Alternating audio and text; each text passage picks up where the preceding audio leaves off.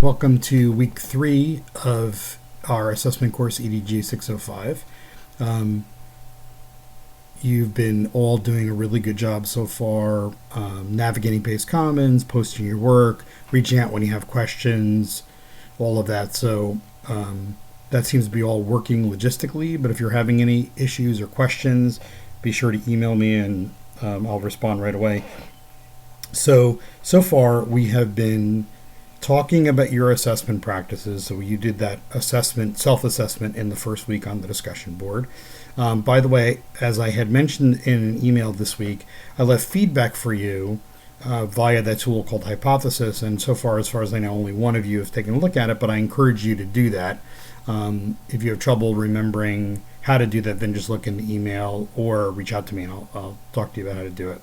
At any rate, so you did an assessment of your own, you did a self-assessment of your own assessment practices, which I found to be really helpful in terms of understanding where you are, and each of you did a really good job kind of stating where you think your weaknesses are and what you want to accomplish in the course. So hopefully you're using the work that we're doing, last week's readings, for example, to empower moving forward on the areas that you want to move forward in. We're going to be taking another step in that direction now. So for the work for week 3, you're going to be performing 2 critical analyses of, one critical analysis each of 2 kinds of assessments. The first is a state mandated assessment. So many of you teach science. So if you teach middle school science, you could pick the 8th grade science test, the intermediate science test.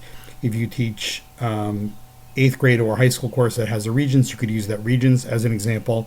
And if you don't teach science, then pick a state assessment that your students might or have taken or will take. And you'll see the criteria for those laid out on PACE Commons. So you're going to go through them, determine how fair they are, how reliable they are, what are the things that you notice about it, but you'll see all that's laid out. Then you'll post those to PACE Commons. There's no reading for this week because that's a fairly large chunk of work, although I won't stop anyone from reading, and there's going to be reading to do for next week. But that's what we're working on, and then you'll post the results of those analyses to PACE Commons as a blog post, and that's all laid out as well. So that's the work for this week. The other part is I will be, as I'm recording this, it's Tuesday night, June 11th. I will be tomorrow reading all your reading responses and leaving feedback right directly on PACE Commons about those. So believe it or not, at the end of this week, we're halfway through the course. So we're really moving. Thanks for all your work, and I'll see you online. Take care.